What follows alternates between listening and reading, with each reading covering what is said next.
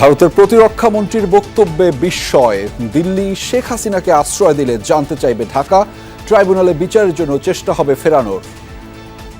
Ukraine এবং হামাসের সাথে বাংলাদেশ কি করে তুলনীয় হয় এটাও আমার বোধগম্যতার বাইরে। তিনি যেহেতু বাংলাদেশের গণহত্যার প্রধান আসামি হবেন বলে আমরা মনে করছি, বা অধিকাংশ মামলায় তাকে আসামি করা হয়েছে, সুতরাং এই প্রক্রিয়া শুরুর মাধ্যমে আমরা আইনগতভাবেই তাকে বাংলাদেশে ফিরিয়ে এনে বিচারের মুখোমুখি করার জন্য চেষ্টা করব। শিক্ষার্থীদের সঙ্গে প্রধান উপদেষ্টার মতবিনিময়ে বললেন, দেশকে অশান্ত করার জন্য সর্বোচ্চ চেষ্টা চালাবে লুটপাটকারীরা। তারা কি চুপচাপ বসে থাকবে? মোটেই না, খুব চেষ্টা করবে আবার তোমাদেরকে দুঃস্বপ্নের মধ্যে যাতে ঢুকিয়ে দেওয়া যায়।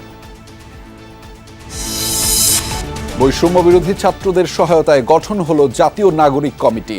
চট্টগ্রাম ও মুন্সিগঞ্জের সভায় চাঁদাবাজি, সাম্প্রদায়িকতা রুখে দেয়া প্রত্যয়।